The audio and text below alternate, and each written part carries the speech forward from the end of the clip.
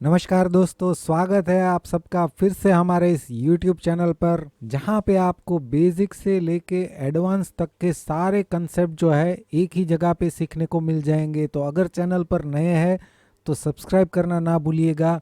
पिछले वीडियो में हमने स्टॉक मार्केट का पहला कदम जो हमने अपलोड किया था वीडियो, वहां पे हमने समझा था लास्ट में कि अगर आपको स्टॉक मार्केट में काम करना है, यहाँ से पैसे कमाने हैं, तो आपको टेक्निकल एनालिसिस में चार्ट रीडिंग जो है वो समझना पड़ेगा, कैसे चार्ट को रीड करते हैं। राइट, ये ट्रेडिंग व्यू का प्लेटफॉर्म है जहाँ पे आपको चार्ट्स देखने को मिल जाएंगे। तो ये चार्ट को रीड कैसे करते हैं वो आपको सीखना है। यहाँ पे ये टाइम फ्रेम है, ये 15 मिनट टाइम फ्रेम है, इसको हम 1 आवर टाइम फ्रेम भी कर सकते हैं। राइट, तो इसका मतलब क्या हुआ टाइम फ्रेम का मतलब?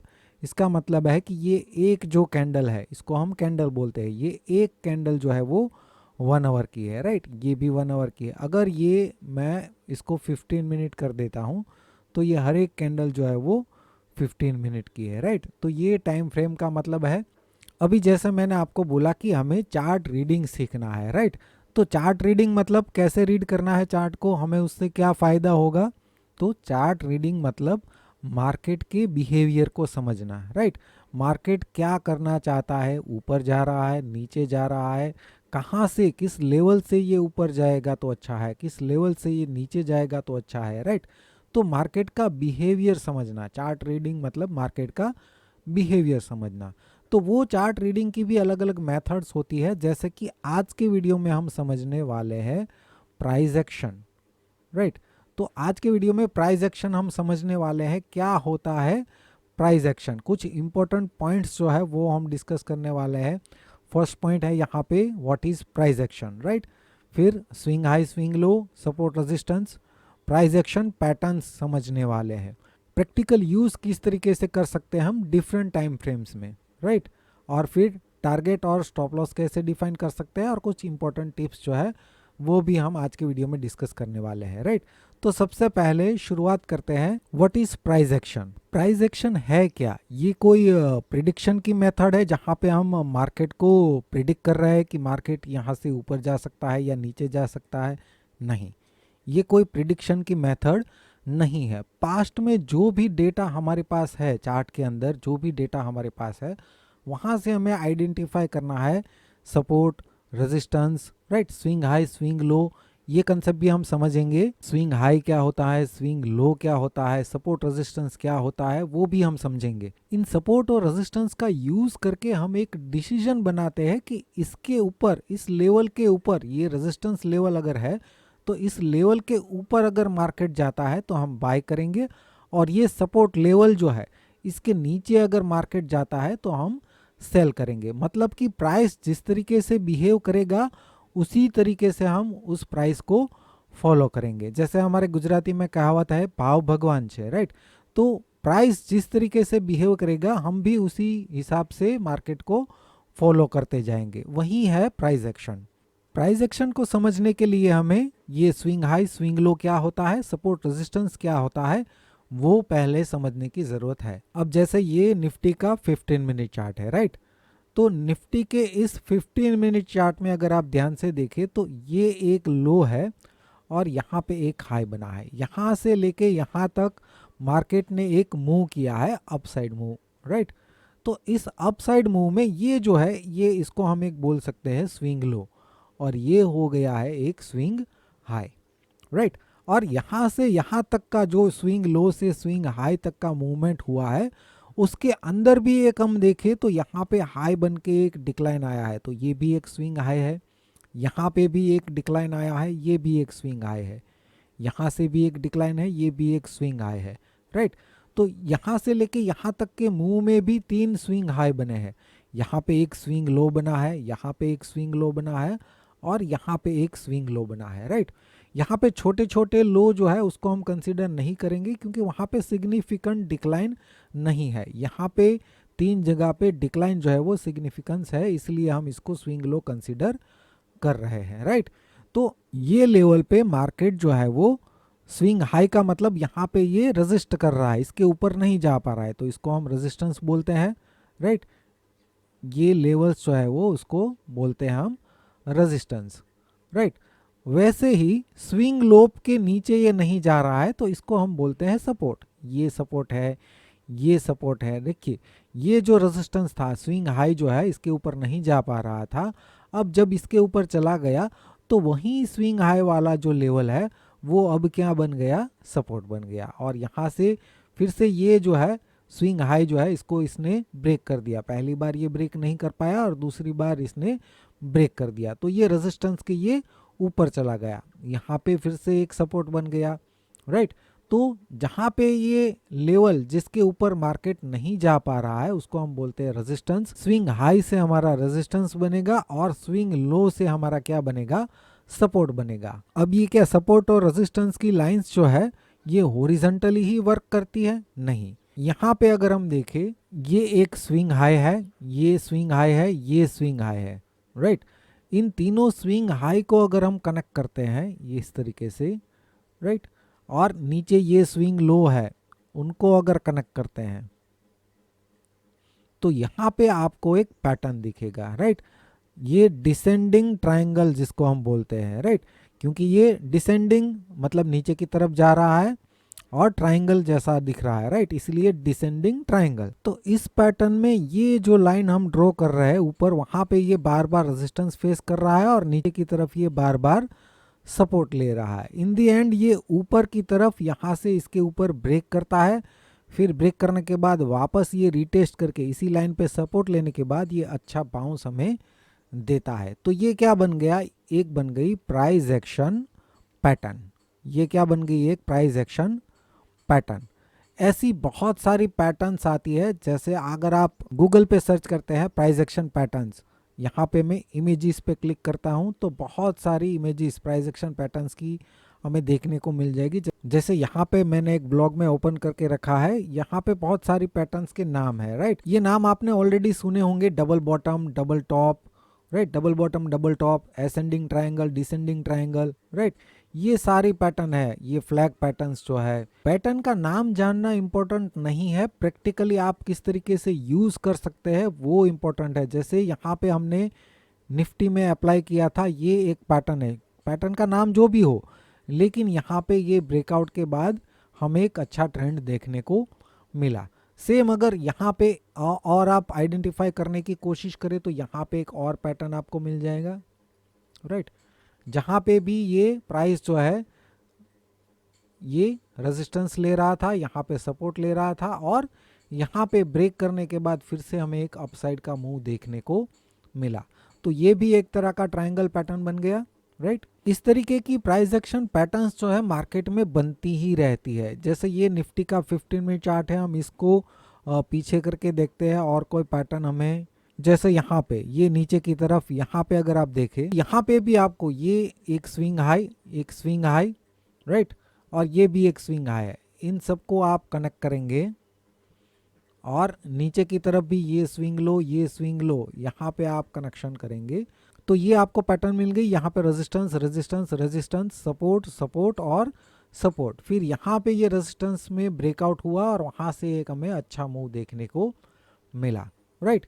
और भी पीछे जाने की कोशिश करते हैं, यहाँ पे कुछ, ये देखिए यहाँ पे और एक पैटर्न दिख रही है। यहाँ पे मैं अगर एक लाइन ड्रॉ करूँ ये, तो यहाँ पे सपोर्ट, सपोर्ट, सपोर्ट, और यहाँ पे ये सपोर्ट ब्रेक किया, फिर रिटेस्ट किया और वहाँ से हमें एक डिक्लाइन देखने को मिला। ऊपर की तरफ यहाँ पे मैं अगर लाइन ड्रॉ करूँ, राइट, तो यहाँ पे रेजिस्टेंस, रेजिस्टेंस, रेजिस्टेंस, यहाँ पे ये रेजिस्टेंस को ब्रेक किया, ब्रेक करते ही आप बाय कर सकते हैं, लेकिन यहाँ पे जो है फिर से एक स्विंग हाई बनाने के बाद फिर से डिक्लाइन हमें देखने को मिला। तो यहाँ पे क्या हुआ, ये हमारी प्राइस एक्शन पैटर्न क्या फेल हो गई? नहीं, यहीं पे हमारा इंपॉर्टेंट लर्निंग जो है वो शुरू हो जाता है। प्राइस एक्शन पैटर्न आपको कहीं भी सीखने को मिल जाएगा, लेकिन प्रैक्टिकली हर एक टाइम फ्रेम में कैसे यूज करते हैं ट्रेडिंग में वो बहुत इंपॉर्टेंट है। जैसे यहाँ पे हमने बात की थी कि हम समझने वाले हैं यहाँ पे प्रैक्टिकली हर एक टाइम फ्रेम में कैसे हम इसको यूज कर सकते हैं, राइट। तो यहाँ पे अगर हम जानने की कोशिश करें कि ये 15 मिनट चार्ट में ये ब्रेकआउट हुआ और यहाँ पे प्राइस ने एक स्विंग हाई क्यों बनाया, रेजिस्टेंस क्यों लिया, तो क्या यहाँ पे कोई लाइन आ रही है, रेजिस्टेंस वाली लाइन आ रही है, उसको समझने के लिए हम क्या करते हैं, यहाँ पे 1 आवर टाइम फ्रेम में जाते हैं। 1 आवर टाइम फ्रेम में अगर हम देखें तो यहाँ पे प्राइस ने रेजिस्टेंस लिया है, राइट। तो आगे का अगर हम चार्ट देखें तो यहाँ पे एक स्विंग हाई है, यहाँ पे स्विंग हाई है। इन स्विंग हाइस को अगर हम कनेक्ट करते हैं तो देखिए वही लाइन जो है रेजिस्टेंस वाली लाइन यहाँ पे आ रही है, जहाँ पे निफ्टी ने रेजिस्टेंस लिया है और वहाँ से हमें एक डिक्लाइन देखने को मिला है। तो यहाँ पे अगर आप बाय करते हैं ब्रेकआउट के बाद तो यहाँ पे आपको डेफिनेटली एक बार प्रॉफिट बुक करना चाहिए। लेकिन अगर आप सिर्फ इतना ही देख रहे हैं स्मॉलर टाइम फ्रेम में, राइट, तो ये आपके ध्यान में नहीं आएगा कि हायर टाइम फ्रेम में भी एक रेजिस्टेंस यहाँ पे आ रहा है। इस लाइन के आसपास अभी भी मार्केट जो है वो रेजिस्टेंस ले रहा है। इसने 2-3 बार ऑलरेडी वहीं पे रेजिस्टेंस लिया है, तो पॉसिबल है कि यहाँ पे एक बार और ले सकता है। अब सेम वे यहाँ पे मार्केट ने सपोर्ट लिया है, यहाँ पे सपोर्ट लिया है, यहाँ पे सपोर्ट लिया है। इन सभी स्विंग लो को ज्वाइन करती हुई अगर हम एक लाइन ड्रॉ करते हैं, राइट, तो यहाँ पे एक ब्रेकडाउन हुआ है। यहाँ पे ब्रेकडाउन के बाद एक डिक्लाइन आया और यहाँ पे फिर से प्राइस ने जो है वो सपोर्ट लिया, बाउंस किया और वापस डिक्लाइन आया, वापस सपोर्ट लिया, राइट। तो यहाँ पे मार्केट 2 बार सपोर्ट ले रहा है, मतलब यहाँ पे कुछ ना कुछ तो होना चाहिए। तो जैसे यहाँ पे हमने ऊपर की तरफ देखा था, सेम वे अगर हम यहाँ पे चार्ट में पीछे जाएंगे तो ध्यान से देखिए फ्रेंड्स, यहाँ पे आपको एक स्विंग लो मिल जाएगा, यहाँ पे एक स्विंग लो मिल जाएगा। इन दोनों स्विंग लो को आप अगर कनेक्ट करते हैं तो देखिए यहाँ पे ये लाइन जो है, ये ट्रेंड लाइन एक्सटेंड होके यहीं पे आ रही है, जहाँ पे निफ्टी ने 2 बार सपोर्ट लिया है, राइट। वापस ये ट्रेंड लाइन का तीसरी बार ब्रेकडाउन यहाँ पे किया और वहाँ पे भी डिक्लाइन के बाद ये ऊपर गया, फिर ये इसी ट्रेंड लाइन को रिटेस्ट करने के बाद वापस दोबारा डिक्लाइन किया और इसी ट्रेंड लाइन को आप एक्सटेंड करते हैं तो वहीं पे वापस सपोर्ट लिया, राइट। अब यहाँ पे जो स्विंग लो बने हैं उनको आप कनेक्ट करते हैं तो उसी स्विंग लो वाली लाइन पे यहाँ पे रेजिस्टेंस लिया, फिर यहाँ पे ब्रेकआउट हुआ, यहाँ पे भी ब्रेकडाउन के बाद सपोर्ट कहाँ पे लिया, सेम वाली ट्रेंड लाइन पे, राइट। यहाँ पे ब्रेकआउट हुआ और यहाँ पे रेजिस्टेंस कहाँ पे लिया, तो ये जो स्विंग हाई बन रहा था उसी स्विंग हाई पे दोबारा रेजिस्टेंस लिया, राइट। फिर यहाँ पे वापस ये ब्रेकआउट किया, यहाँ पे भी रेजिस्टेंस लेने के बाद यहाँ पे स्विंग लो बना, यहाँ पे सपोर्ट लिया, राइट। तो उस सपोर्ट का भी अगर आप देखने की कोशिश करें लेवल, इसको आप जूम आउट करेंगे चार्ट में तो यहाँ से अगर आप ट्रेंड लाइन ड्रॉ करते हैं, राइट, ये स्विंग हाई इन दोनों को कनेक्ट करेंगे तो देखिए उसी लाइन पे यहाँ पे सपोर्ट निफ्टी ने लिया है और वहाँ से फिर से हमें एक बाउंस देखने को मिला है।